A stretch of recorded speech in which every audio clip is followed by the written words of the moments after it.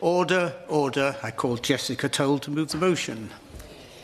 I beg to move that this House consider the Government's policy on high street rental auctions. Thank you, Mr Vickers. It is a pleasure to serve under your chairmanship. As many of you know in the room, our high streets are the beating heart of our communities. They are not simply places people shop, they are gathering points, cultural centres, and serve as symbols of local identity. They fuel local economies, support countless small businesses, and provide many thousands of jobs. They inspire confidence in our communities and encourage residents to stay connected in the areas they live. But for too long, our high streets have been neglected. They have become defined by the number of empty shop fronts and to-let signs they sport, rather than by the vibrancy and the footfall that once sustained them.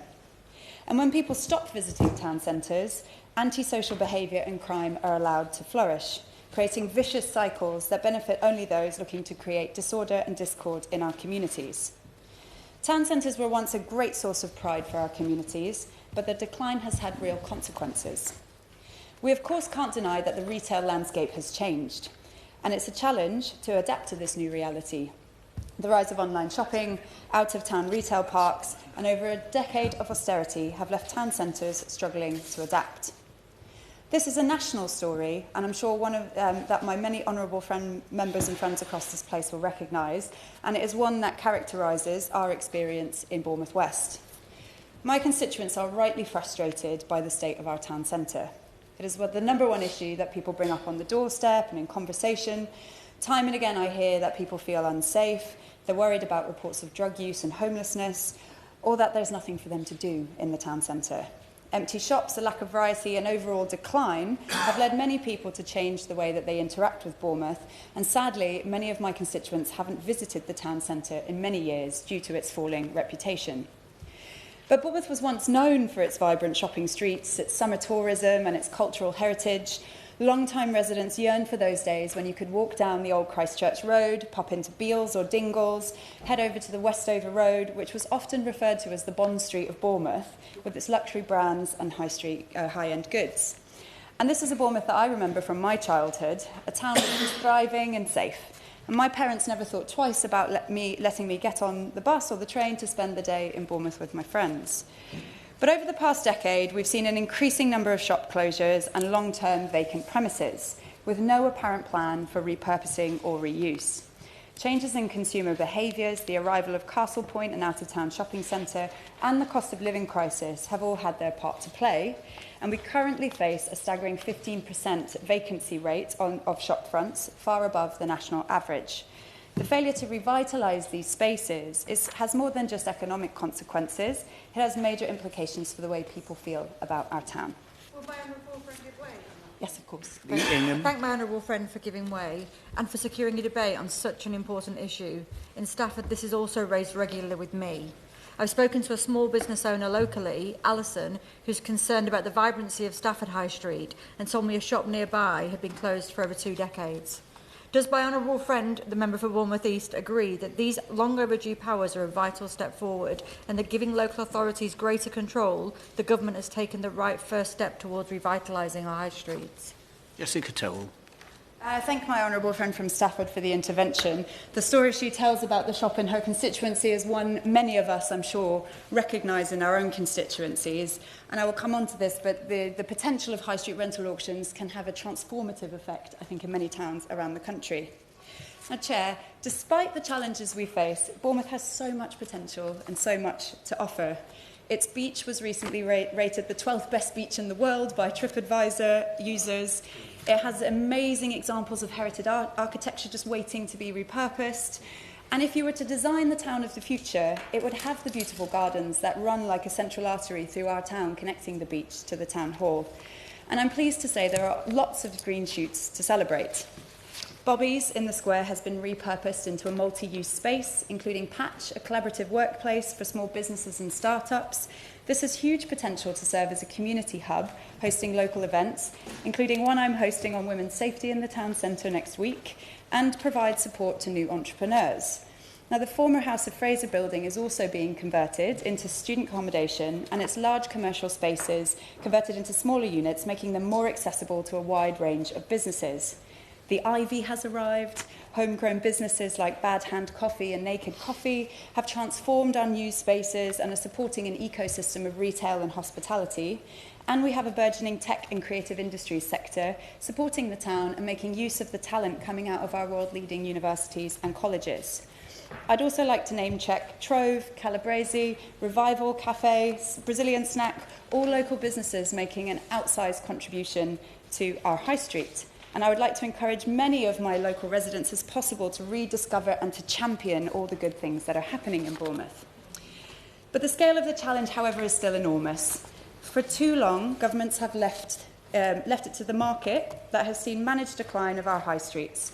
And to tackle this challenge, we require urgent action, collaboration between central and local government, as well as the private sector, and creativity in how we imagine the high streets and our town centres of the future, with a mix of culture, retail, hospitality, and community spaces. And this is why I welcome government action to bring in the high street rental auctions. Taking the action the last government failed to and giving local authorities the power to bring vacant commercial properties back into use. And I'm proud that Bournemouth, Christchurch and Poole have been selected as an early adopter for the scheme. Would my honourable friend give way? Yes, of course. I thank my honourable friend for giving way. We are seeing some really exciting investment in Derby City Centre with a new performance venue, a new business school and the reopening of our market hall. But like so many city and town centres, we too struggle with too many empty shops. Does my honourable friend agree that high street rental auctions could be a really important tool in tackling empty shops? And how does she think that councils can be supported to use these new powers? Thank my honourable friend for the intervention. And yes, these auctions are a promising step forward and could be transformational for many towns across the country. And I will come on to the local authority points in a moment. Now, these auctions require landlords to lease properties within a certain time frame, preventing them from leaving spaces empty for years on end. The time restrictions of 365 days in the 24-month period will help tackle the persistent problem of vacant properties, which is a huge opportunity for communities like mine in Bournemouth West. And by enabling councils to take action, we can reintegrate these spaces into our high street and bring them back to life. But Chair, it's crucial that we think about the long-term sustainability of this approach. I have been assured by landlords and agents in my constituency that there is a genuine desire to fill empty commercial properties, but issues relating to business rates, antisocial behaviour and even parking charges provide barriers. So to landlords, I think it's important to say that this should be a tool of last resort. It's clear that these measures should only be used once genuinely collaborative and good faith approach between landlords and councils have been exhausted. And it should be seen in the context of other measures this government has committed to, from supporting small businesses, tackling crime and antisocial behaviour in our town centres, and to long-term reform of business rates. And I'm pleased that we're making progress on all of these issues. High street rental auctions are not just about filling vacancies. They are about creating vibrant, sustainable environments for businesses, residents and visitors alike. So can the Minister provide assurances that high street rental auctions will not see our high streets filled with more vape shops and American candy shops, which can often be fronts for other criminal activity and money laundering? And additionally, we need to ensure that our local authorities have the resources and capacity to manage these changes. Will my honourable friend give way on? Yes, of course. I thank my honourable friend and neighbour, in fact, for securing this important debate. I'm aware that our local authority, Bournemouth, Christchurch and Poole, are part of the early adopters programme of this scheme. But when I contacted them recently to ask them about the number of properties that they'd identified in our area that were going to be part of this scheme, they told me it was just one. Does my honourable friend agree with me that we want to see a more ambitious approach from local authorities for this scheme to really be worthwhile? Jessica Towell. Well, I thank my honourable friend and neighbour from Poole for the intervention. I certainly hope that our local authority will take an ambitious approach, and I'm working very closely with them to help them identify areas within Bournemouth Town Centre. I know that BCP Council has also expressed concern about the cost of having to implement such measures and the potential for expensive legal challenges they may face as a result. So I'd be grateful if the Minister could outline in her response how we can mitigate some of these issues and how the £1.5 million that has been set aside is intended to be used for. I want to end by underlining that this is a moment for action. The powers granted to local councils are a great step forward, but we need to ensure that these changes are not simply superficial. We must think about how we can make our high streets and the commercial offering work for everyone, for businesses, for our communities, and for the economy as a whole. Revitalising our high streets is an issue I will continue to champion in this Parliament, and by working together we can ensure that our high streets become the thriving, vibrant centres that they were always meant to be. It's fantastic to see my friends from Bassetlaw and Mansfield, and I think Darlington was meant to be here as well, who are also early adopters of the scheme, and I look forward to hearing from their contributions and continuing this important conversation. I'd also encourage other members who are in attendance today to speak to their own local authorities and push them to join this initiative. It is a real opportunity for us to break those vicious cycles that I mentioned at the beginning of this speech and turn them into virtuous circles where we fill our shops, we increase footfall, we reduce antisocial behaviour, and we build the pride in our town centres and high streets again across the country. Thank you, Chair. I remind members that if they wish to speak, they should bob, and if we are to accommodate all those who've given advance notice, we need to restrict contributions to about 6 or 7 minutes, if members could bear that in mind. The question is that this House has considered government policy on high street rental auctions. I call Gideon Amos. Thank you, Mr Vickers, and of course, I can start by congratulating the Honourable Member for Bournemouth West for bringing what is a really key issue for our town centres to Westminster Hall Chamber today. I was elected on a platform partly of focusing on bringing inward investments to Taunton and Wellington, and that's a passion very close to my heart. Taunton and Wellington town centres are really attractive and vibrant places already to visit, to shop, for leisure. Occupancy rates in Taunton town centre have increased from 85 to 90%. More new businesses are moving in. The Somerset County Gazette have reported 7 new businesses in the last 12 months in the town centre: Cornish Bakery, Coutan, Desperia, Somerset Bakehouse, Toys R Us, Drippy Bear, an Island Caribbean restaurant, not a vape shop amongst them, which is good to see for our town centre. And in Wellington, we have street food and food festivals that bring people in from far and wide. A new banking hub has opened. My only objection to the new banking hub, which is a great news for Wellington, is that it's run by the Post Office, Mr Vickers, with a sign above the door saying Post Office, but when you go inside, there is no Post Office. And Wellington still needs a Post Office, and we very much hope the government will see the light and decide that buildings with post office on the outside should contain a post office. And we'll continue working on that as hard as we can. And we also have a fantastic new independent market on Sundays in Taunton, which brings people in from far and wide as well. But there's one building that is a particular issue for our town centre, and that's what was historically built as a W&A Chapman department store in 1938, and then became Debenhams a little later, when it was substantially remodelled in the 60s, just after Debenhams took over in 1959. It's a large, handsome building and a real landmark in the centre of our town, one of the biggest buildings in the heart of our town centre, if not the largest. But it stood empty, sadly, for around 4 years now. So I welcome the powers in the high street auctions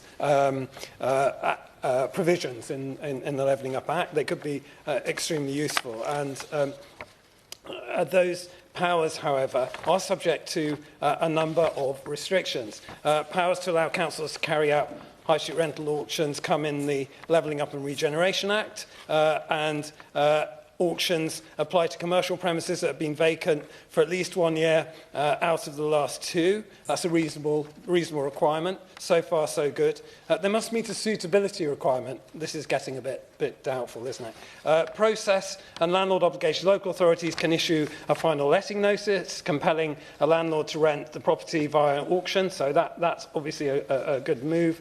Property must be offered at fair market rent. That's all reasonable. There's an appeal mechanism. Oh, okay. So So now there are more catches. And the potential challenges are that the success of the auctions depend on tenant demand. Now, who will define what tenant demand is? If you don't attempt an auction, how do you discover what tenant demand is? And the appeal process provides a number of areas for challenge by the landowner. And whether or not high street rental auctions are suitable for that particular Debenhams building, I am concerned about the number of exceptions for these from these powers. So high street rental auctions will not be suitable, the guidance says, for all high street premises. Oh, okay. For instance, large format department stores may be subject to long-term complex redevelopment plans, which may be negatively impacted by being subject to inclusion. Well, presumably any owner of a former department store could say, my department store is subject to complex long-term redevelopment plans, which could be negatively impacted by high street auctions, which means that a whole class of town centre buildings, some of the biggest we have in our town centres, seems to be completely excluded from high street rental auctions, which is a real drawback and a real shame. The guidance also says it will not be appropriate for such auctions local authority if the local authority considers not likely to be sufficient tenant base and demand for the premises. But as I said before, Mr. Vickers, how do you know what demand for the premises is if you haven't attempted to market it through high street auctions? So I'd urge the government to really look at these powers and the guidance and see whether they couldn't be applied to some of our biggest, most iconic, most significant buildings in our town centres, which are, of course, empty department stores. Because even with a really healthy town centre like Taunton, the presence of one large building that's empty and remaining empty can be a real problem. The building in question, whether or not it's suitable for high street auction, the building in question in Taunton really needs attention. It needs to be dealt with. It was empty from 2021. Planning permission was sought in 2020 to demolish it and build apartments. That application was withdrawn, potentially could have been refused. The 20th Century Society have praised the architecture of the building, it was subject to a listing application, although it didn't quite make the grade. It is an important and has a place in the heart of people in Taunton. 7,000 square metres of floor space. So a really big building. Now, many believe this building could be saved and could be reused. It occupies a fantastic location with the River Tone on one side, one of the key town centre streets on the frontage, and our fantastic Taunton Castle on a third side, which has been a historic seat of government for hundreds and hundreds of years for the county of Somerset. Now, one of the reasons it might be suitable to refurbish and keep the building is that demolishing it would bring with it a requirement to carry out archaeological investigation. And Historic England produced one of their lengthiest representations I've ever seen to that previous application, which suggested that would be required. If the building is not demolished, then that work would not be needed and it could potentially be a much cheaper operation for the owners. Now, we have tried to engage with the owners of the building. It's been challenging to engage the town council. Groups of architects have brought forward schemes for the building, but been unable to get floor plans or really engage with the owners. But I reached out and wrote to the owners by recorded delivery and email and all the other methods you can think of. And I was pleased that recently Ropemaker Properties have now come back to me, and I'm very grateful to them for offering a meeting with myself and with Taunton Town Council to discuss how this really important building can be brought back into use. And I'm grateful to them for putting that meeting in the diary. Finally, Mr. Vickers, I would just urge the government to please think about the extent of these powers, and really, is it suitable that that big department stores should be completely excluded from them? Thank you, Mr. Vickers. Steve Yem. Thank you, Mr. Vickers, and it's a pleasure to serve under your chairmanship today, and thank you to the Honourable Member for Bournemouth West for securing this important debate. It was the honour of my life last summer to be elected as our local Member of Parliament in Mansfield, in part because some of my earliest memories have been taken into the town by my cousins who were older than me to visit a thriving and I think a beautiful town centre which at that time hosted a absolutely bustling scene of local business. And a particular favourite of mine was to visit the Miss Candy sweet shop. It wasn't the American version. And my cousins would take me there before they took me to the Granada cinema in Mansfield town centre. But sadly, over the years, our high streets have lost a great deal of that sparkle that I remember as a child, and they've become something of a shadow of their former selves, with 1 in 7 high street shops currently closed across the country. And really, Mansfield is no exception to this. We have 1 in 6 currently closed, but really not a great difference from what you'd see in other parts of the country. So our town has seen many big-name anchor retailers, many of them mentioned today, Beale's department store, Woolworths, Debenhams, all gone in Mansfield, as well, unfortunately, as many small businesses that have been in the town, often for generations, which have disappeared in recent years. Certainly in Mansfield, antisocial behaviour remains an issue, with vacant, boarded-up shops becoming an eyesore in the town and often attracting those who want to loiter and sometimes cause trouble. And police cuts under the former government meant that local officers were less able to patrol and intervene. But it's not inevitable that our towns will continue this degree of decline and deterioration. Of course, we want a thriving town centre with a mix of traders and facilities and community assets that attract people to come into Mansfield. And I want to therefore thank local organisations such as Mansfield District Council, who are working hard with organisations like the Mansfield BID, the Business Improvement District, to improve our town, including converting that former department store of Beale's in the town centre into a new community and civic hub. This is a once-in-a-lifetime opportunity for a renewal to transform the former Beale's department store into that hub, which will host a whole range of organisations, including education institutions, public services, opportunities for enterprise and health and well-being amenities. It's very much welcomed by me, but I do think we need to do more. And that's why I stood as an MP, Mr Vickers. I made it one of my missions to revitalise our town centre as part of my deliverable local plan.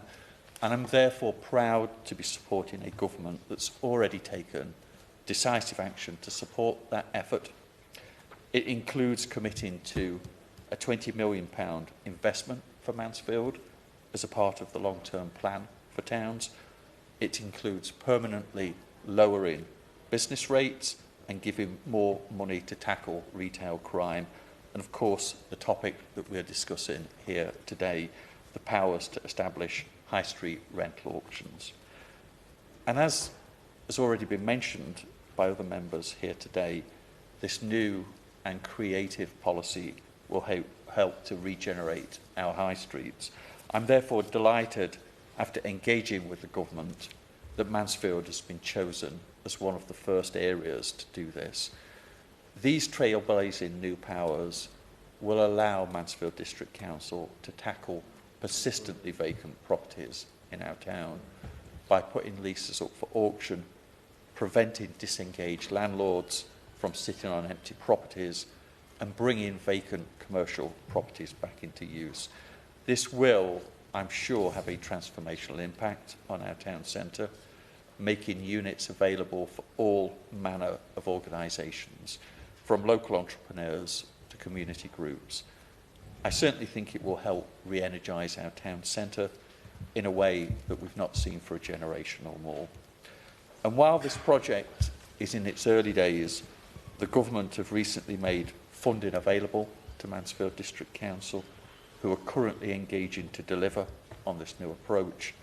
Having spoken to officers involved in this initiative who will be delivering the policy in Mansfield, I do understand that they have some concerns about how the scheme will be implemented, notably around the flexibility of how money allocated can be spent by the council to deliver on the policy.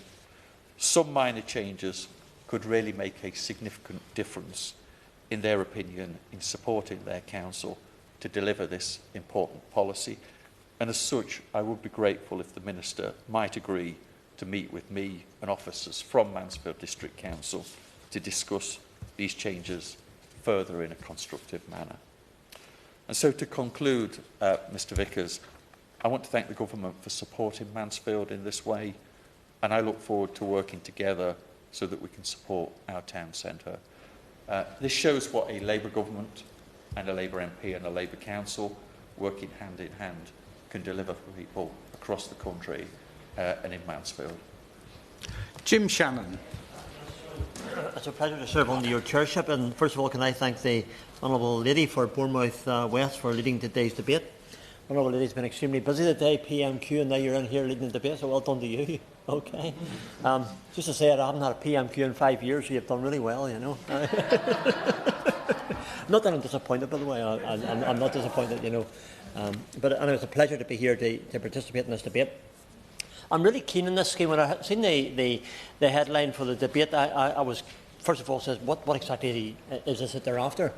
And it's a scheme that we don't have in Northern Ireland, but I think it's a scheme that I'm going to present to my Minister at the Northern Ireland Assembly and make my local council aware of it, because there's a scheme here that could possibly benefit myself and my constituency of Strangford, and I believe right across the whole of Northern Ireland, because it does show a way forward. And the Honourable Lady showed that. The Honourable Gentleman also referred to that there in his contribution, and others will do the same. So I very much respect the steps that the Honourable Lady has taken to rejuvenate the local high streets and the town centres. They are the pillars of our community, and we must ensure they are protected. I'm probably fairly fortunate, Mr Chairman, to have a very thriving town centre in Newton Ards, but although what I have noticed over the last period of time is the increased numbers of vacancies, which we haven't had for a great many years. It tells me that there's a trend starting, and a trend we need to be aware of. That's why this debate for me personally today is one that I wish to take a wee bit further, and will do so. The Government's High Street Rental Auction Initiative is a great way, I believe, to improve high street footfall. I know, for example, within my constituency of Strangford, there are many wonderful community groups and small businesses that could really benefit from having a central space to undertake their work. And I have some ideas on maybe how we could do that as well with the community initiative, so perhaps maybe with some other groups who would be keen to do something in the town. Of course, I have done, as many as probably others have written, I've written to Chicken Fillet, I've written to Popeyes, I've written to some other carry-out stores to introduce them to my constituency. Now, they make plans 3-4 years ahead, so I'm hoping that my letters of the last year will be the plan to bring them to Newton Ards and bring something to the Newton Ards that Northern Ireland has very little of in relation to those two names, but also to see how we can advance it. HSRA doesn't apply directly to Northern Ireland or to the devolved nations, but we have a different way of selling residential and commercial properties. So I'm really keen to hear how this scheme works. I would say that one of the changes that I've seen in probably the last 3 or 4 years has been the online sales. I suspect if we think about the stores we have, and those stores we have in Newton Ards, many family stores, one in particular, I won't mention his name or the firm's name, but from being a modern clothes store for the modern shopper as well, used to sell everything they had across the counter. Now they sell 40% of their business across the counter, 60% is online. So, Minister, is that one of the things that are promoted to ensure that the shops still stay, the businesses still stay, and they can do their online business from where they are? Again, it's something that I'm particularly glad to see. The Honourable Lady, when she referred to the banking hub, the Honourable Gentleman referred to banking hubs. Again, that's something I've been involved with myself as well. We've lost 11 banks in my constituency. We've lost every bank in Ballynahinch. We've lost all the banks in Comber, 2 of the major towns. But what we have been doing, along with government, is supporting the banking hub initiative. And we've got one of the new banking hubs opened in the middle of Comber, which will bring people to the town centre again from everywhere from the town, but also from the countryside.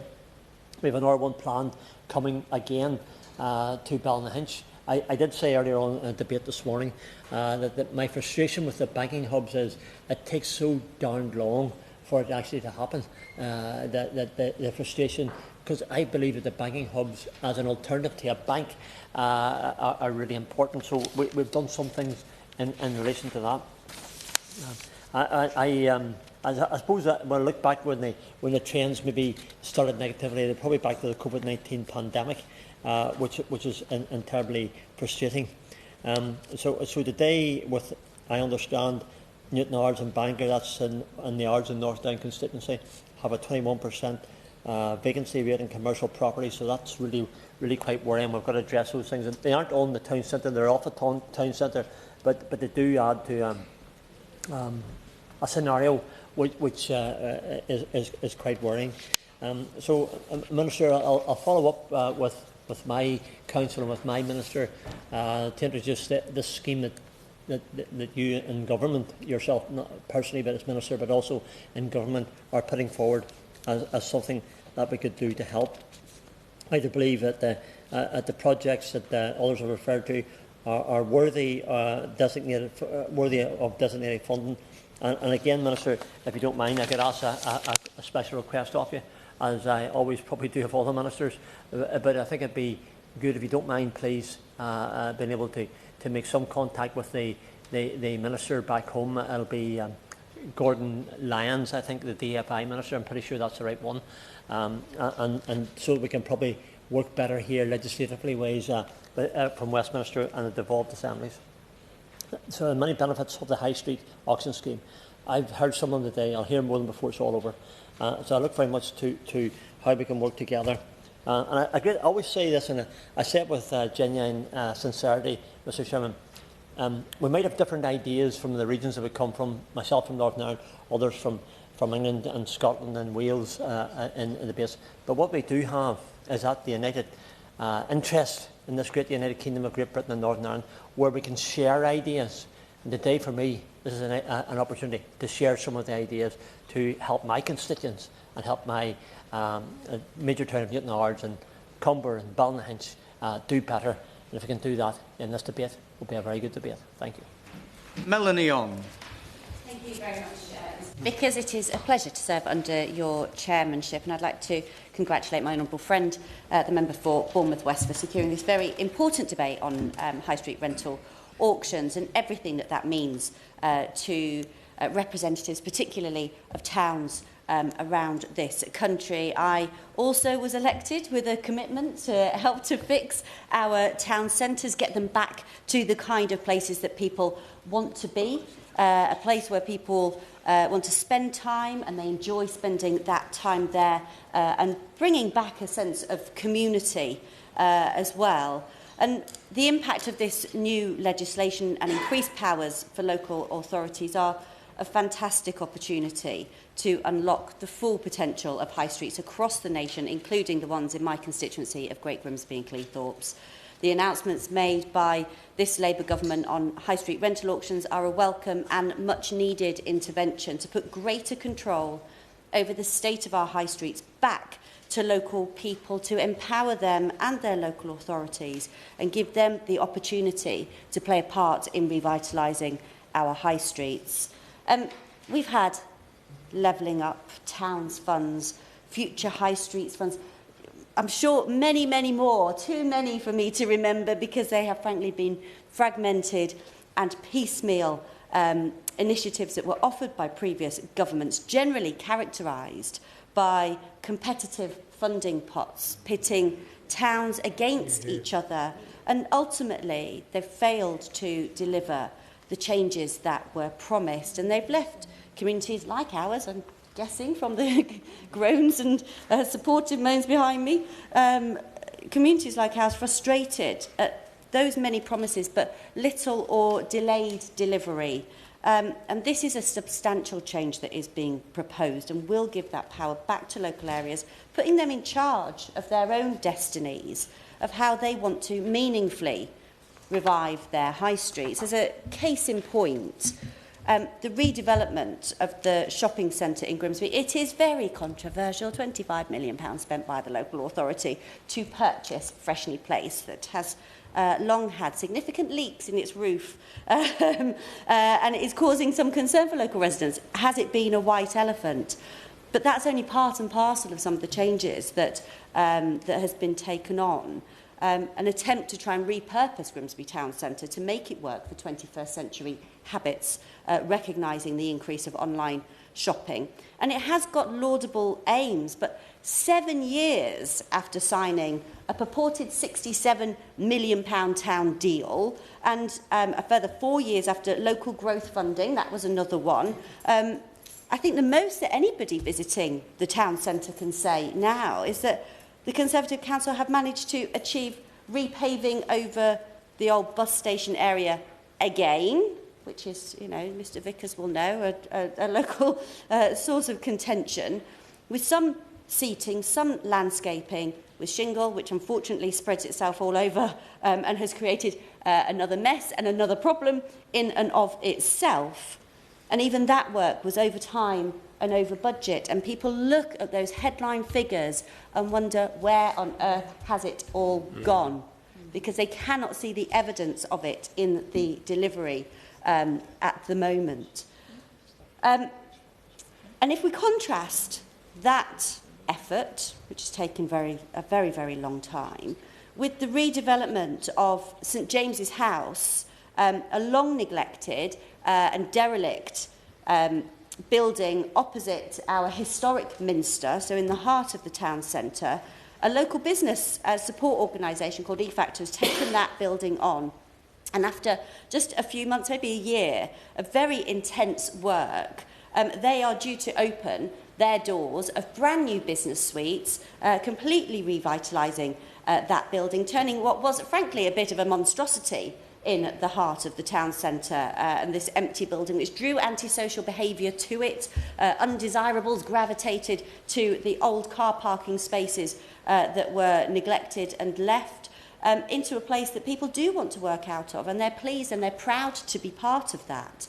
And I think that's just an indication of what can come from expanding the powers to local authorities. And in Grimsby alone, the commercial vacancy rate at the end of 2023, and I want to see Bournemouth's 15% vacancy rate and raise it a further 8% to 27%, which is what Grimsby's is. And that's over double the national average. And I also, as my honourable friend from Bournemouth West used the word staggering, I also had the word staggering in my comments, because it really is, you know, and even in the attractive and bustling St Peter's Avenue in Cleethorpes, you know, it is very attractive, bustling high street there, but vacant shop fronts seem to be staying vacant for much longer, and these properties leave high streets with lengthy stretches of nothingness, at risk of vandalism, and frankly a bit depressing to walk down if you are going to the shops. And the fact that they're vacant for long periods doesn't seem to incentivise landlords in any way to reduce their rental asking prices. It seems that they would rather leave them vacant until the right client comes along. I'm not entirely sure who those right clients are. So supporting our high streets also means championing the fantastic businesses that we already have, and we've got a dedicated 2025 group operating in North East Lincolnshire who are committed to seeing our town flourish, and I'm sure that they will welcome this legislation. We do have brilliant independent businesses in the constituency doing their best and playing their part. They are the backbone of our local economy, and all of them will benefit from the new powers, as they will no longer be sandwiched in between derelict or empty premises.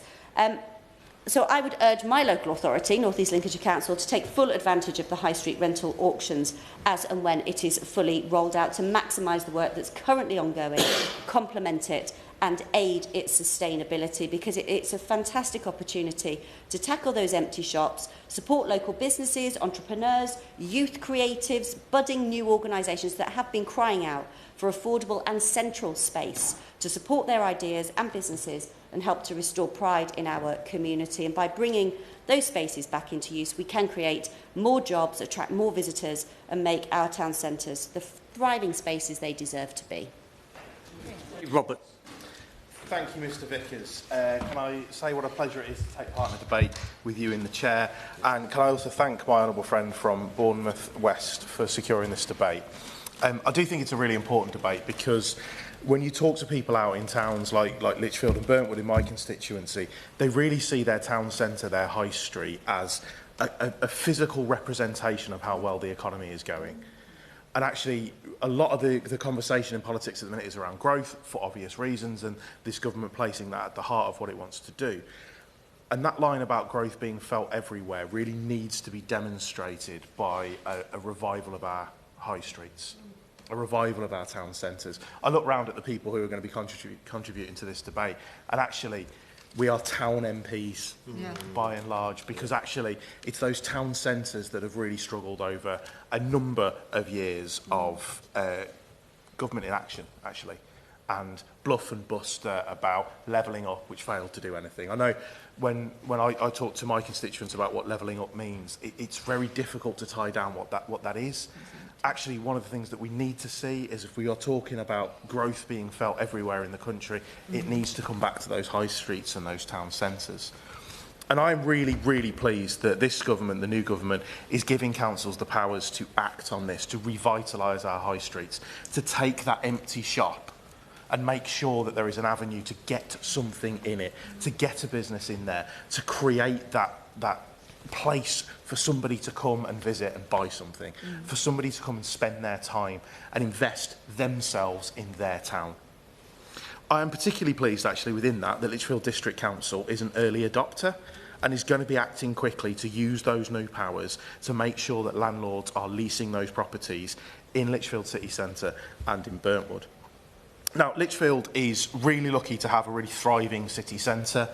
We are really fortunate that we've got great cafes, we've got a wonderful set of restaurants, including the only ever Michelin star awarded to any restaurant in the county of Staffordshire. We've got wonderful pubs. We are really fortunate. But actually, when you talk to constituents from around Lichfield, they are really, really happy to have our cafe culture, but they'd also like to be able to go into town and buy more than a vape. Yeah. Right. People are really happy to support the charity shops. They'd like something that didn't have the word charity in there before the word shop as well. And hopefully, by bringing this new policy through and the District Council following it through, it will change the economics of that to support those traditional retailers, clothes and other things, to come back to our cities so that people are able to patronise those shops. Up the road in Burntwood, though, it is a different story. Burntwood is a town which has grown up from a number of villages that grew into each other during the last century and has become a town of around 35,000 people, but it's been starved of investment for decades. The town centre in Burntwood, which is almost there and it's almost ready to go, is great, and there are wonderful businesses at Sankey's Corner, but it hasn't had the investment to really make that kick on. And I think this new policy from the government is a wonderful opportunity to make sure that where those great shops are, those gaps in the middle do get filled, because people in Burntwood are sick and tired of being told to wait their turn. And for too long under the previous government, that was the policy for places like Burntwood. Wait your turn. Keep bidding for these £20 million pots, and one will come to you eventually. Can't tell you when. It might come down the line, it might come down the line, it might come down the line. It never came. And actually, people in that town don't want to wait for a handout. They don't want for somebody to ride in on a white Charger and say, I am bestowing upon you your £20 million and it will solve everything for you. That's not how our economy works. We don't have a planned economy in the UK. It's not Soviet Russia. You know, we want to support genuine, real local businesses to start up and be able to deliver services for our residents. So I was really looking forward to coming to this debate today to discuss and actually say how important I think that this policy is in making sure that people, that the councils can make sure people have got that venue to be able to access. Will the honourable member give way? Oh, I can't not give way to my honourable friend from Redditch, can I? The honourable thank you, Mr Vickers, and congratulations to the member for Bournemouth West for securing this excellent debate. I'm sorry, we're having a debate here. Point of order. The good people of Lichfield and Redditch share a lot of common themes, and it's the pride of our centres and our high streets. And my businesses like his have spent so much money on doing up their shops, working with Redditch Bid, working with the council to do all that they can to bring people in. And they've been let down because we don't have the powers to support them by closing those vacant shops, getting more people in. So whilst I welcome these powers strongly, would you also join me in saying that our excellent councils, like our newly Labour-elected Redditch Council, which is about to reopen the outdoor market for the first time in 5 years under the leadership of Councillor Joe Baker, by government and council working together, instead of pitting town against town, we can actually make the difference for our high streets and town centres that they deserve. I thank my honourable friend for his intervention, and I'm actually going to respond to that by referring to him as my friend from the end of the railway line. Yes. It's a long railway line, it is the busiest outside of London.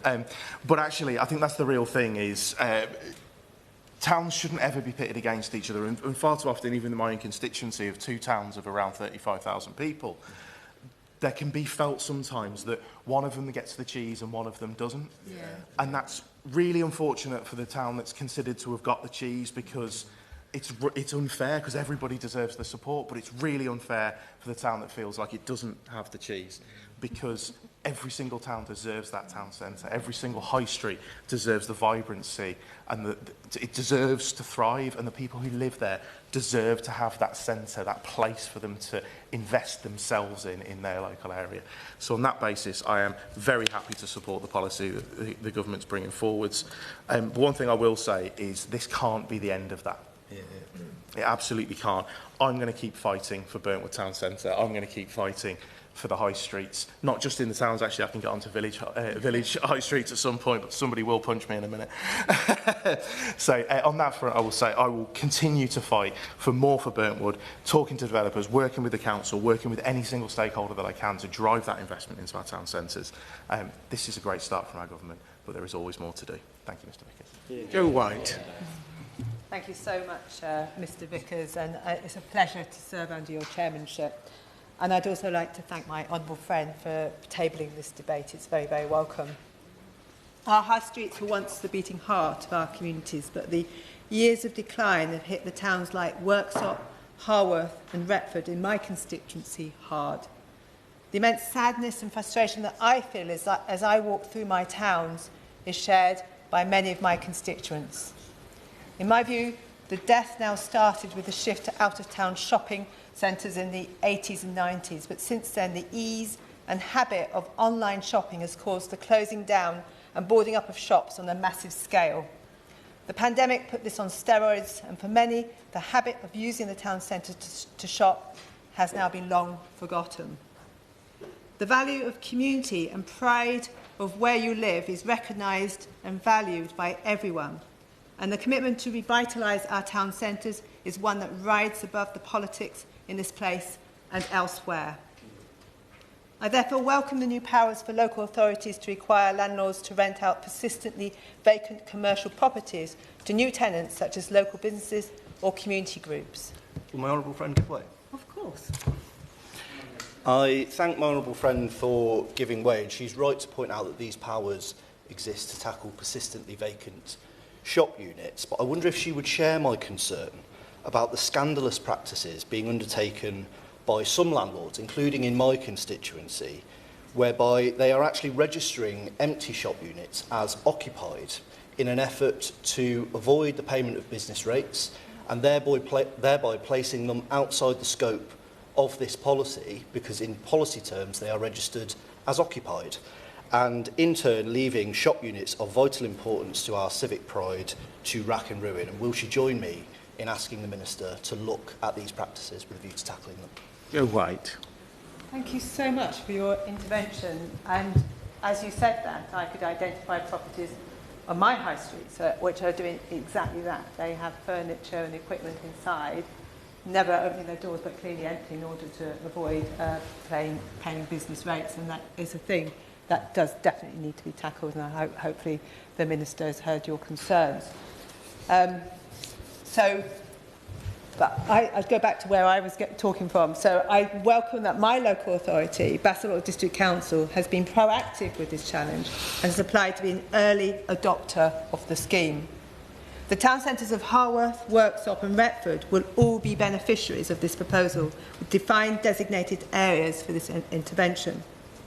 The local authority is a trailblazer for the programme, but as with all new projects and proposals, and similar to the issues that my honourable friends have raised regarding Bournemouth, Christchurch and Poole councils and Mansfield District Council, and they're hitting up against issues that could be ironed out to make the rollout easier and smoother for other towns that are biting at the bit to begin this process. These past 14 years have left local authorities significantly cash-strapped, and the project does need to include funding to cover the costs of officer time to set up and administer what is a relatively complex scheme. This inevitably puts a strain on our existing resources, compromising delivery of other projects and may stop other councils coming forward. The designation of the areas is not necessarily a straightforward process, and my local authority has had to manage constitutional matters to institute the designated areas, which has caused time delays in getting the project underway. There is no funding for the essential survey costs, which must be undertaken before going to auction. The guidance is that these can be passed on to the end occupier should there be a successful bidder, and this should be made clear in the auction marketing materials. However, there is a risk that passing on these costs is likely to dampen demand. Application guidance refurbishment funding has been set between £40,000 and £79,000 based on a property footprint, but it is anticipated that it will be approximately £50,000 per property, which is insufficient for some properties or end users. For example, in Worksop, we have a shortage of food and drink establishments, and £40,000 to £79,000 could only be used for refurbishment and cannot be used for a fit-out. The cost of fitting out a catering venue is expensive, and such costs will be a potential deterrent against investment by a business. Whilst the Council are exploring the use of UK shared prosperity funding to enable fit-out works to take place, the UK SPF funds end in March 2026, so this is not a sustainable solution. The Council remains very keen to be flag bearers for this significant proposal, and it has the potential to transform our town centres. But they are also keen to be part of the problem-solving process as the rollout begins. Can I ask the Minister to meet with me and my local authority to discuss these matters further? Lloyd Hatton. Thank you, Mr Vickers, and it is a pleasure to serve under your chairmanship. And I'm also grateful to my friend and fellow Dorset Member of Parliament, the Honourable Member for Bournemouth West, for securing this important debate and welcoming the government's decision to introduce high street rental auctions. Now, my constituency of South Dorset is no exception to the trend of closing high street businesses and vacant properties, which we've sadly seen up and down the country. Now, growing up, my first job was serving fish and chips at the Marlborough, which is a popular fish and chip shop by the harbour in Weymouth. But since that time, and following the pandemic and the rise of online shopping, it has been really depressing, quite frankly, to see town centres like Weymouth struggle to maintain their vibrant culture and also to maintain footfall numbers. Many businesses understandably feel concerned about this falling footfall and what this means for their viability as a business in the future. These same businesses are calling for innovative solutions to breathe new life into our town centres, and that is exactly what high street rental auctions will help to deliver. It will ensure that we revitalise our town centres, but also that the community is at the centre of that revitalisation. Now, the local bid in Weymouth and Portland and also the Chamber of Commerce have been working tirelessly to rejuvenate Weymouth Town Centre, and they've had a great deal of success so far. But they're very clear that we must go further, and that the high street rental auctions is just one tool in our box, but it cannot be the only way that we empower local businesses and business groups like BID and like a Chamber of Commerce to be able to revitalise a town centre. I'm really pleased to see the government have given these direct powers to local councils to rent out vacant properties. This will enable local people and businesses to shape the future of the high street and to make sure it serves local needs and also preserves and champions those existing businesses. In particular, I'm pleased to see that this measure could deliver targeted support for community ownership. For example, meaning that with government guidance, councils can identify assets which are most likely to deliver social, economic and cultural benefits locally with a community ownership model. This is a really welcome move forward and something I hope to see both in my constituency of South Dorset but in town centres right across the country. This Labour government is acting now to revitalise our town centres, placing local communities at the centre of that change and making sure that high streets like mine in Weymouth continue to be the beating heart of our communities. Lib Dem spokesperson Vicky Slade. Thank you, Mr Vickers. It's a pleasure to serve under your chairmanship. I congratulate my neighbour, the Honourable Member for Bournemouth West, for securing this debate, and it's great to see 4 of the MPs, all new, from Dorset here this afternoon. Just shows what a fantastic place Dorset is to visit.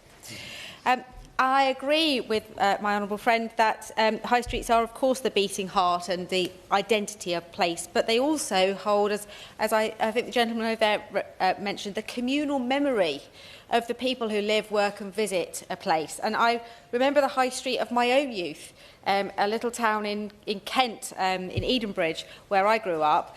And I used to visit the independent chemist, which doubled as a gift shop, to buy presents for my mum. I'm sure she never liked them. Or you'd go to the big town with, for summer holiday shopping with stores like C&A and Chelsea Girl and department stores like Alders and Debenhams. But those were symptoms of their time. And I'm sure that our grandparents would have been shocked by the identikit towns that we've had over so many years. Maybe it's right and proper that some of those brands have succumbed to what's going on now.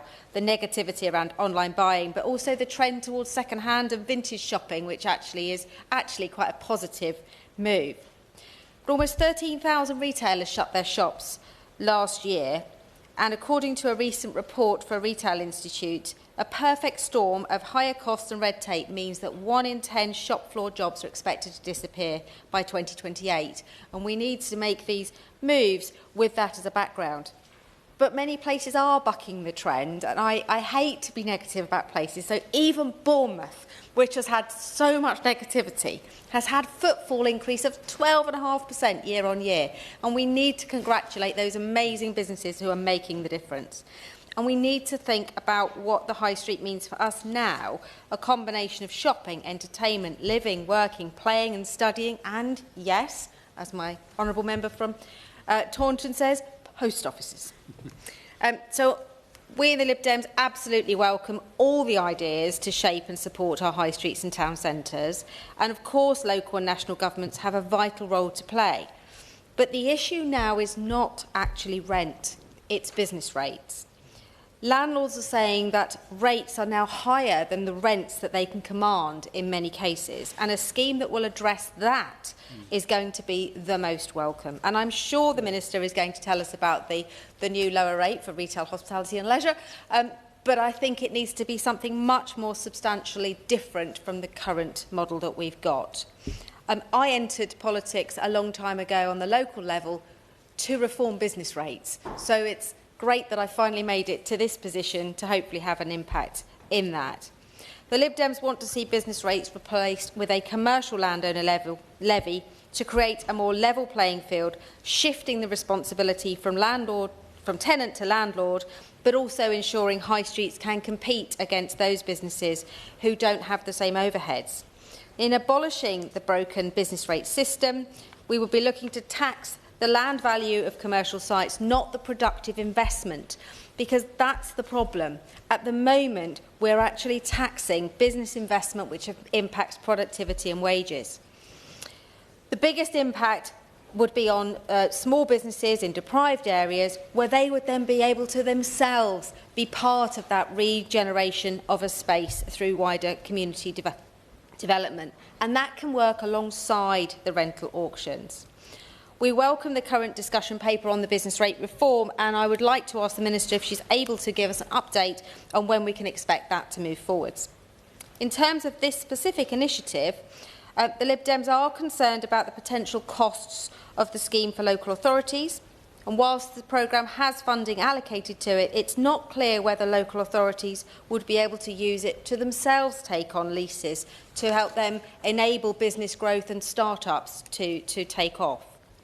And there is no doubt that the financial burden on councils at the moment means that I am deeply concerned whether there is the capacity and desire to be able to deliver something on the scale of which is needed in some places. Now, turning to the industry themselves, they have doubts about this auction scheme and whether it will have the desired effect. And I agree with the member opposite who just spoke, apologies I didn't get your constituency, about hospitality fit-outs. £30,000 you can spend just like that on a small independent cafe, and that money is just not going to come from anywhere, particularly in the limited amount of time that these auction leases will be arranged for. The funding available to create vacancy lists is really welcome, and the economic development teams have an amazing opportunity to drive the vision for their place forward, because I'm really concerned that landlords may themselves not really understand the other innovative uses for their buildings, whereas taking it to a local authority, they do have the ability to go out and scout for other businesses that might want to come into an area.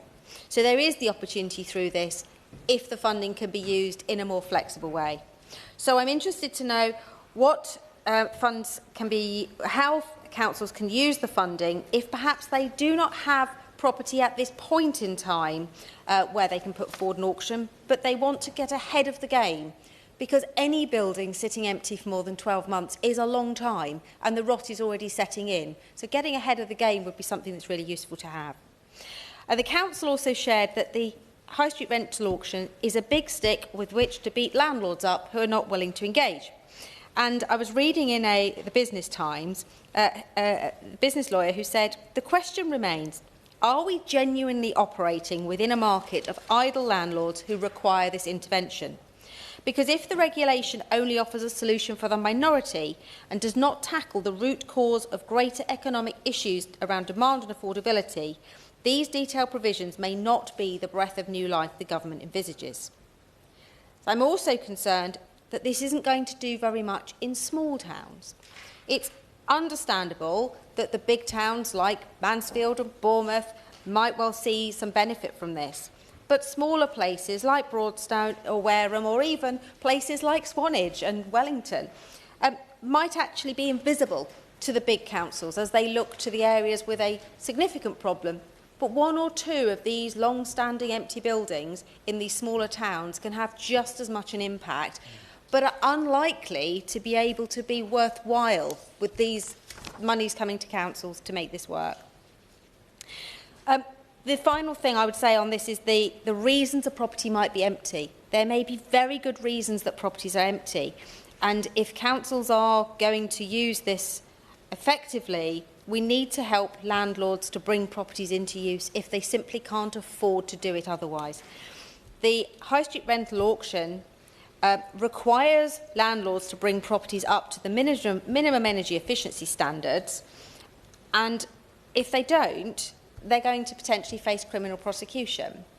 This could leave landlords in a crippling financial situation. So what plans are there to support landlords who may wish to improve their stock but for whom it's not commercially viable? Across my constituency of Mid Dorset and North Poole, businesses have cited the huge costs associated with operating, and that's what's affecting confidence, that's what's putting them off investing in physical property. Soaring energy costs, the increase in national insurance contributions, and worries about the impacts of some of the measures in the Employment Rights Bill, as well, of course, as international insecurity, means that looking to take on a high street premise is probably far more difficult right now than it has been for a long time. So what consideration is the government offering to businesses who want to invest but are worried about doing so and having an immediate revaluation of their rates, like Hall and Woodhouse I raised last month? Without sustainable financial support for councils to eliminate the other issues around town centres, from rough sleeping, public transport initiatives and funding for police to deal with antisocial behaviour, I fear that this may have a minimal effect and be counterproductive. It is a good start, and to give credit to the previous government, They started it. I hope you're going to finish it. But I'd like to know how you're going to make this more interesting and effective for a broader range of towns. Shadow Minister David Simmons.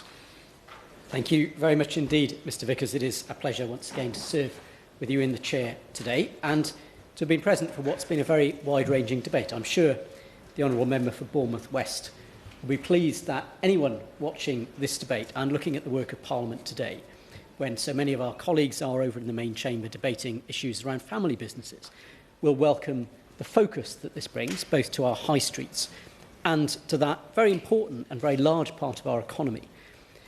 We're also aware that it comes at a time when we debate these issues, where we know, based on the figures across the country, that growth is down, jobs and vacancies and hiring are down, investment on the part of businesses in the UK is down, and inflation is up. And whilst there is always a political debate to be had about the causes behind many of those factors, it's clear that the impact that the budget had last October has been very significant, and it's important that we consider how measures like the one at the anchor of this debate of high street rental auctions can be used by local regional authorities, by the new mayors that the government is proposing to bring in across the country, in order to address some of these challenges.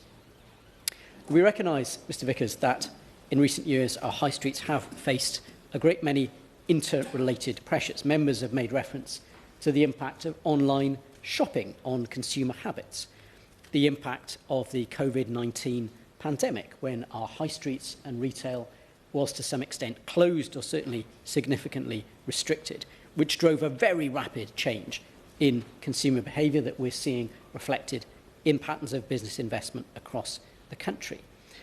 And all of those have created a challenge for our local businesses in making sure that prices remain competitive and draw in both the staff and the customers that are required. Members have also made reference to the impact of out-of-town shopping centres. And it's clear, whilst many of our high streets, many of our local business communities have been able to change and adapt, others have found this an ongoing challenge. I reflect in my own constituency a high street on a village high street like Pinner, when the tail end of the last century I worked in a local bank. That bank is no longer there. In fact, only the Nationwide remains as a financial provider on that high street. But there are no vacant units today because other forms of business have opened up, principally hospitality, and it's been a significant change in the way that that high street operates. And it's a great pleasure to represent a constituency where in our 7 local high streets I regularly host surgeries in those hospitality businesses as an opportunity to find out what is going on. And I know many other members do the same.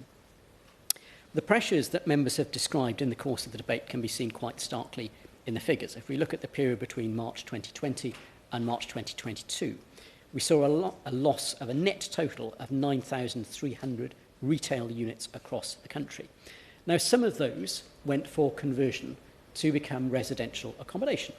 And we know that government policy over many years recognising the demand for housing under governments of all parties, and also the changing nature of the high street, has enabled the conversion of those properties where it is appropriate to provide much needed homes, and often because of the nature of that conversion, additional customers for the remaining premises on the high streets. But at the same time, we know we have seen the loss of many cherished local businesses, and members have made reference to them, and others, in particular independent retailers, continuing to struggle. The high street rental auction policy is one which was introduced under the previous government in the Levelling Up and Regeneration Act 2023. It was one of a number of measures that were taken by that previous government, but in particular, it granted local authorities for the first time a power and a new initiative which was designed to bring new life into persistently vacant properties. And we know in particular when we look at retail units that are persistently empty, sometimes there are issues around absentee landlords. It can be enormously difficult to force the issue to bring those back into use. And it's been a significant new idea that sits alongside the investments through things like the High Streets Fund that have been designed to ensure that high streets across the country remain sustainable. Now, again, there will be much debate about the impact that that has had, especially set alongside the changing habits that we know that our constituents have.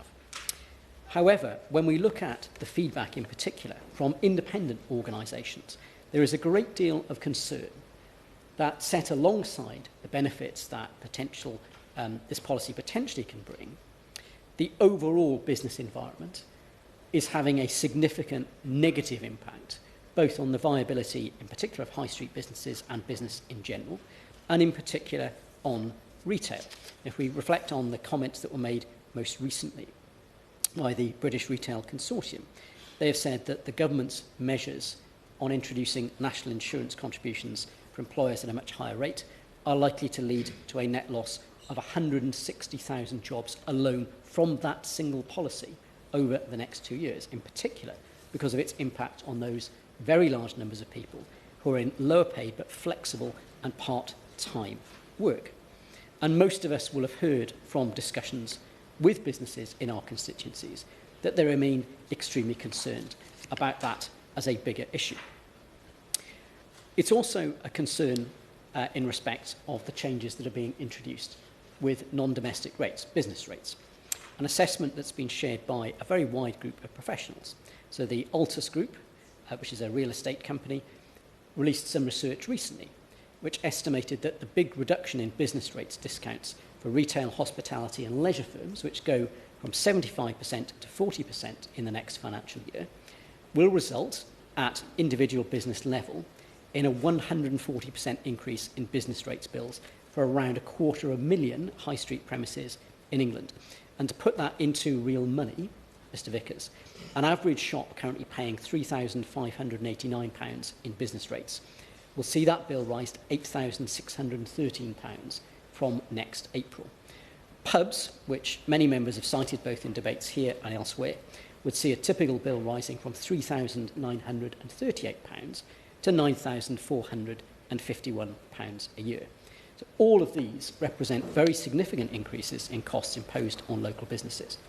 And we also recognise that, in particular, the shift around the way that larger high street premises will be treated. And I know some of those changes in business rates have been described as an Amazon tax, but what is very clear is that they will particularly impact on places like larger supermarkets that are in town centre locations, which often provide the parking and the anchor store that brings people into our towns. And therefore we remain extremely concerned at the impact that that has. And I'm sure the government will challenge and say, well, what is our policy? Clearly, we are in opposition these days. We didn't have the opportunity to set out in government a budget to address these wider range of issues. But we know that preserving the strong growth and the very steady and very high rate of employment, the 4 million more people who were in work when we left office, the halving of youth unemployment, was down to that sustained focus on the economy to sustain those buoyant high streets, buoyant local employment, and the growth and the living standards that we all expect. So, Mr Vickers, in conclusion, whilst this policy is important, we need to continue to see it as part of a package of vital measures that are there to sustain not just our high streets, but the commercial life of our nation. We know that whilst it is usually the voice of very big business that's heard in Parliament, there are a very large commercial concern with a public affairs team, it's very easy to make parliamentarians pay attention to what you say. But around 70% of people who are employed in this country are in an enterprise with less than 5 staff in total. The vast majority of our constituents, the vast majority of people who work in our country are in small businesses, they're in shops, they're in small enterprises. And we need to make sure that whilst their collective voice can be difficult to translate, that their interests are at the heart of our thinking. And the role that those small businesses play is very visible. It is our neighbourhood that's vital to our quality of life. There is a reason why, when the post-war planners setting out to build large new areas of social housing, chose to make sure that there were retail units and shop fronts on those sites so that people had ready access to that sense of community that that supports. And we need to make sure that that is sustained, but sustained in the context of a world that is changing. And we, as part of government, we as politicians cannot second guess or indeed directly change consumer behaviour through intervention, but we can support a wide range of businesses that make sure we serve the widest possible interests of our community. We know that, for example, the shift to supermarket retail has helped ensure that the UK has the second most affordable food compared to household budgets in the world. We know that the shift in the nature of our high streets means that that whilst there's less retail, there is more affordable hospitality and good quality, flexible and well-paid jobs that go with that. And we know that demographic change is significant as well, that in particular as the ageing population of our country looks for more hospitality close to home, that creates an opportunity for those businesses. But we've also seen, for example, retail units implementing things like soft play as larger numbers of children in local communities drive the changing face of local businesses, create new opportunities both that benefit those children socially, but also benefit local employment. But I finish, Mr Vickers, where I started. We're about to embark on a massive process of top-down local government reorganisation. We need to make sure that policies like high street rental auctions, like what's been done for the High Streets Fund, like the impact of changes in business rates, that throughout all of that turmoil, we don't lose the focus on how important our high streets and our small businesses are. We know that the consequences of the government's budget can already be seen, not just in business confidence and sentiment, but in the reducing numbers of jobs, the reducing numbers of vacancies, the reducing level of investment and the rising inflation. There is an opportunity for this government to listen to those, not just on this side of the House, but to those professionals, those business owners who are politically neutral, but have the interests of these businesses and these communities at heart, and make some changes in direction in the wider interests of our nation. Minister, if I could just ask that you leave 2 minutes at the end for a wind-up. Rushanara Ali.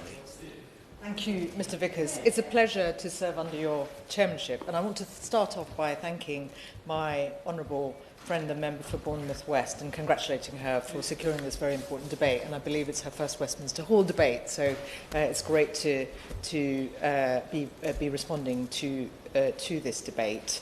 I know she is passionate as an advocate for her local high streets, including campaigning against post office closures. High streets have been the subject of several debates recently, including another later today, focusing on support for high street businesses. And obviously we've heard quite a bit already about that.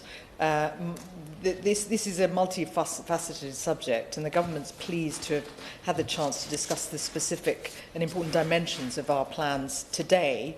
This government shares honourable members' passion to support the growth and evolution of our town centres and the revival of our high streets. And all of us recognise that high streets were once the lifeblood of our towns and cities, sustaining jobs, businesses and communities. And I know from my own constituency, although in a London, there are challenges when major stores close and so on.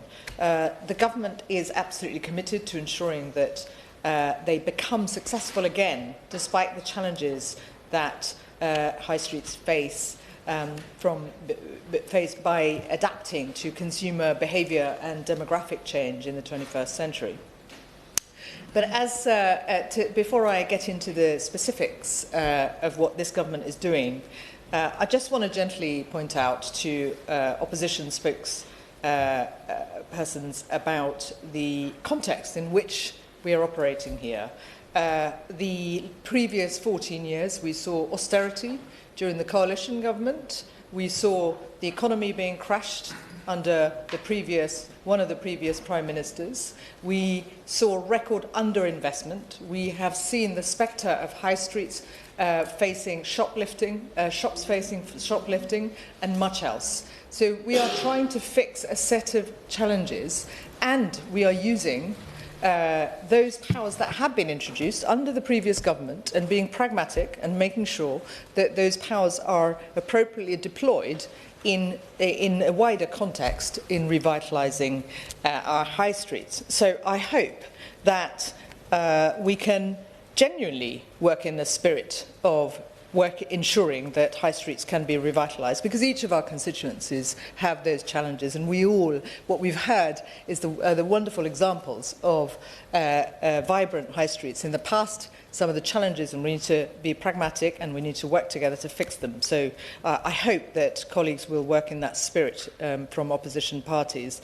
Before the general election, the Labour Party set out its 5-point plan to breathe life back into Britain's high streets, and that includes addressing antisocial behaviour and retail crime, reforming the business rate system, working with the banking industry to roll out our banking hubs, and stamping out late payments and empowering communities to make the most of vacant properties. And it is the subject of that we are very much focused on ensuring that we provide the appropriate support to local authorities that are interested in using this power. Sadly, we've seen during 2024 up to 1 in 7 shops on our high streets sat empty, often for long periods, and boarded up.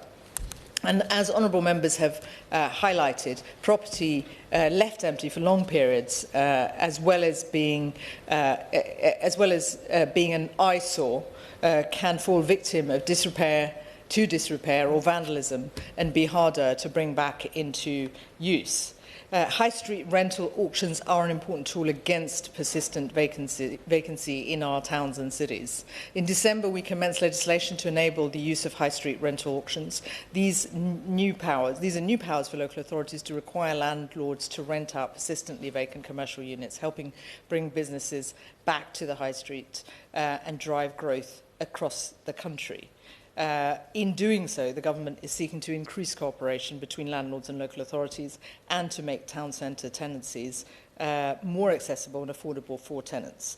And through this initiative, we're putting power into the hands of local leaders. They are now empowered to auction off leases on premises that have been vacant for more than a year, and to grant local businesses and community groups the right to rent empty commercial lots at market prices. So this gives power to those trying to shape and improve their high streets, and demands that landlords take sufficient steps to rent out empty properties.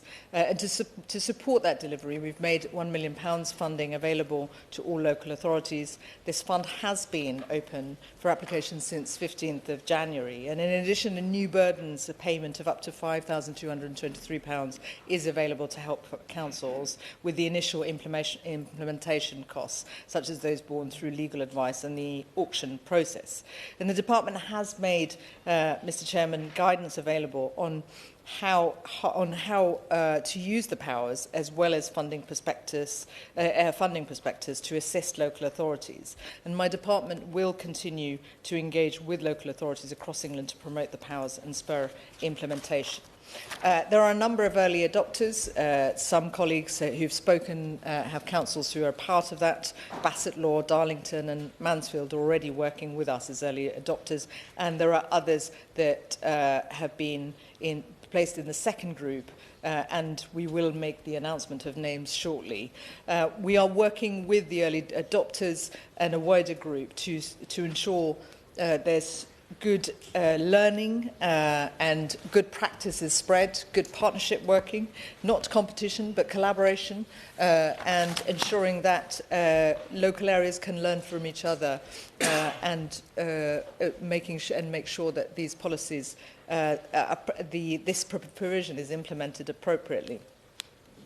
Mr. Chairman, a number of issues have been raised by honourable members, and a number of colleagues have sought to meet with officials, and my colleague, the lead minister on this, who will want to continue the dialogue, and we will of course take away those requests and ensure that officials work closely with the relevant councils and members of Parliament. And I'm conscious of the strong interest on this agenda. If this is to work effectively in communities, we want to make sure that that partnership is there, and close working relationship is there.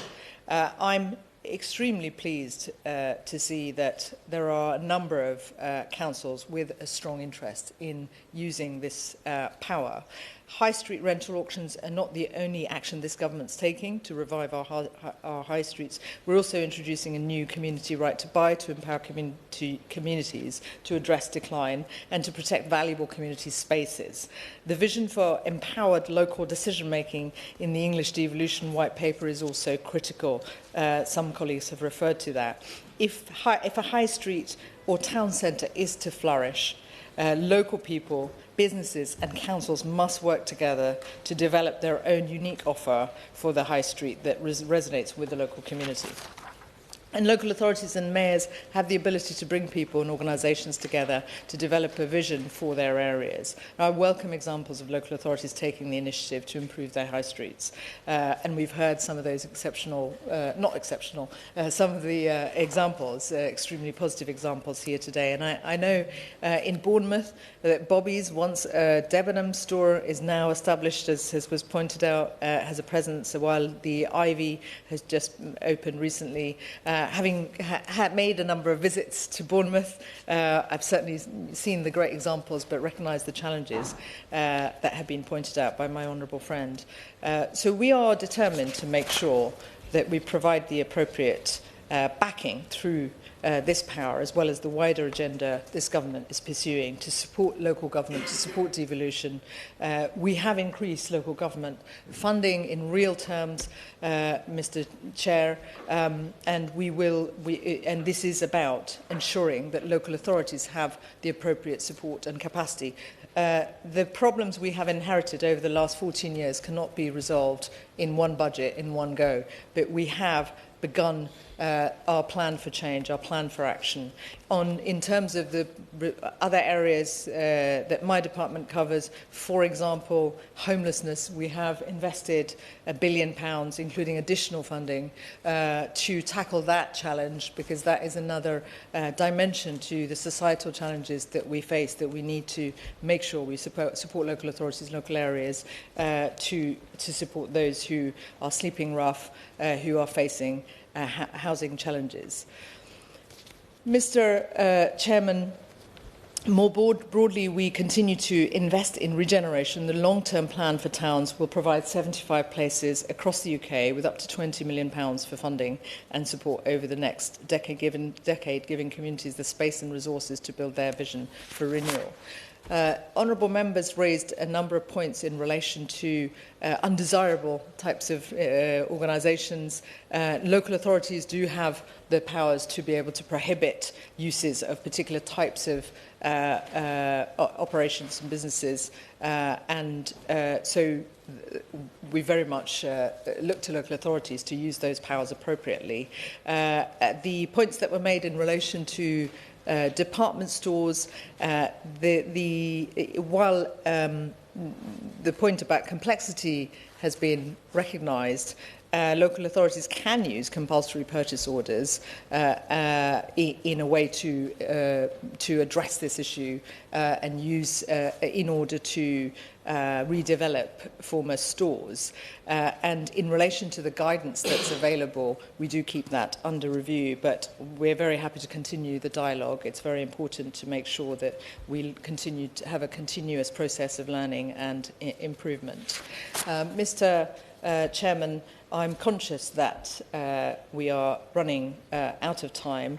Those issues that haven't been able to respond to, that have been raised, my officials and I can write to honourable members to respond to the specific questions that are outstanding that were raised. But in conclusion, I want to thank my honourable friend once again for securing this debate. I want to thank honourable members for participating, for highlighting the wonderful examples in their own constituencies alongside the challenges, and we look forward to working with honourable members across the different parties to help revitalise our town centres and make sure that they continue to make a strong positive contribution to our economy, to communities, in order to and we work together to revitalise our town centres. Thank you. Jessica Toll to wind up. Thank you, Mr. Vickers. This is an important moment for our high streets and our local communities, and I've been truly blown away by the stories I've heard. It's been a real tour de force of our great towns, and the stories I've heard have been so passionate, both from a nostalgic and memory point of view of the towns as they once were, but also a passion for the future and what our towns can be. I share a lot of the pain that members have expressed about our towns, but I know that there is potential in this and the other measures this government is bringing in to think about how we can make these town centres work again and how we can support and promote our local businesses and community spaces. So thank you everybody for taking part. I also want to thank the Minister for for addressing the questions and as well as outlining the wider context for the situation that we're in at the moment and the wider range of reforms this government's bringing in to support our small businesses through community right to buy, through policing reforms, through direct support to small businesses. It all adds up and it all makes a difference. And thank you again for the offer to continuing to work with local authorities to make this scheme work. So many of us are eager to see it implemented, and I know that many of us will be eager for our residents to see the real transformation that a Labour government can make to our town centres. The question is that this House has considered government policy on high street rental auctions. As many of that opinion say aye. Aye. To the contrary, no. I think the ayes have it. The ayes have it. Order. Order.